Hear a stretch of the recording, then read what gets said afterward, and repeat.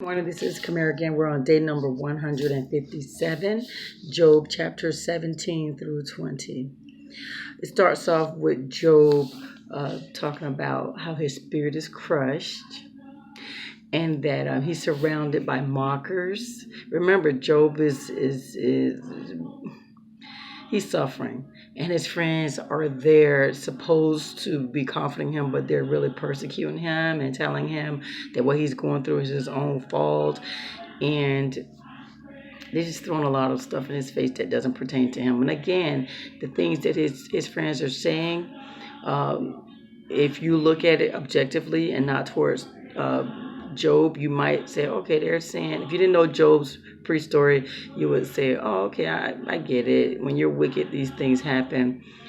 But this doesn't pertain to Job. So, yeah, a lot of people don't receive it. So then Job calls out to God and said, Lord, defend my innocence. You know, you've closed their minds to understand. Don't let them triumph. My eyes are swollen from crying. And so when I read that part where he says you close their minds to understand, it reminded me of when David was running for his life, and a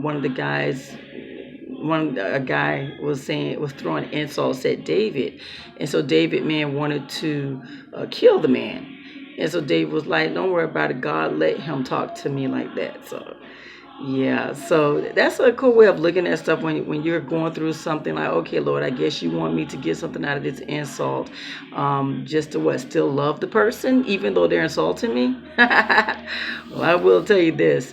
Job was basically saying, Lord, you defend my innocence. Job says the righteous keeps moving. He says, clean hands become stronger. My hope will not go down with me to the grave. It will not go down with me to the grave. So he's still trying to keep it strong, keep it bold. But then you have Bildad who comes and says, when will you stop talking, Job? Do you think we are stupid? Hold up. Okay, so Bildad, let's make this about you. You're the one who's suffering, right? He says, the life of the wicked will be snuffed out. See, they're calling Job wicked at this point. Well, not at this point. They've been saying that from the beginning, but when they're saying that his wickedness will be snuffed out, their own schemes will be their downfall. Terror surround the wicked, and troubles them in every step. They will be thrust from light into darkness. People will say this was the home of the one who rejected God, the place of the person who rejected God. Isn't that terrible? They will have neither children nor grandchildren. Okay, Job just lost all his children. You're going to throw that in his face. They will have children nor grandchildren.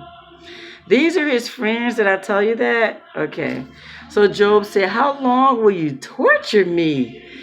You crush me with your words. You've already insulted me 10 times. Job is telling this to his friends. He said, you should be ashamed of how you're treating me. Even if I had sinned, that's my problem. That's not even your problem if I've sinned. That's true, though.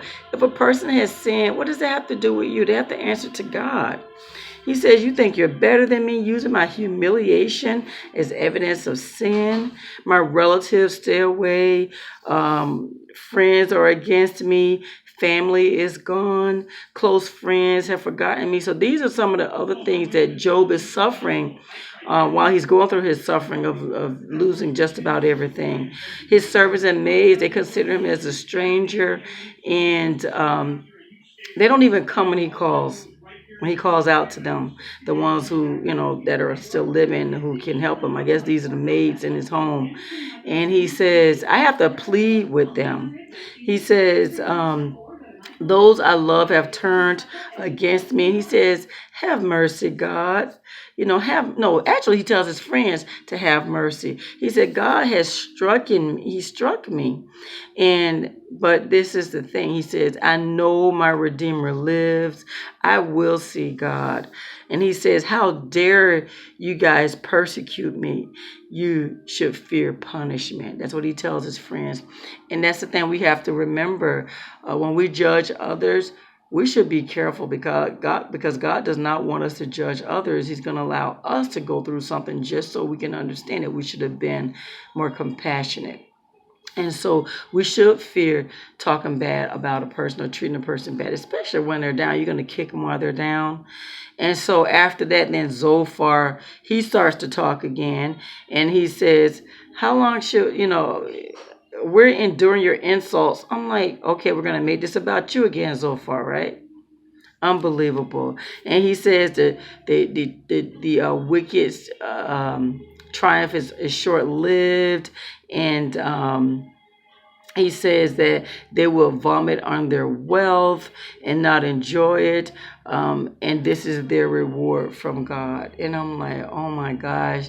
Job is actually listening, sitting there with his friends, and he's already suffering, and they're just not any help at all. They're just not any help.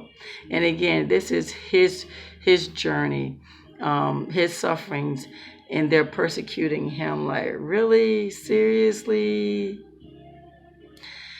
Yeah, guys. So the story continues, and we're just ended on the 20th chapter, and we still have about 20 more to go.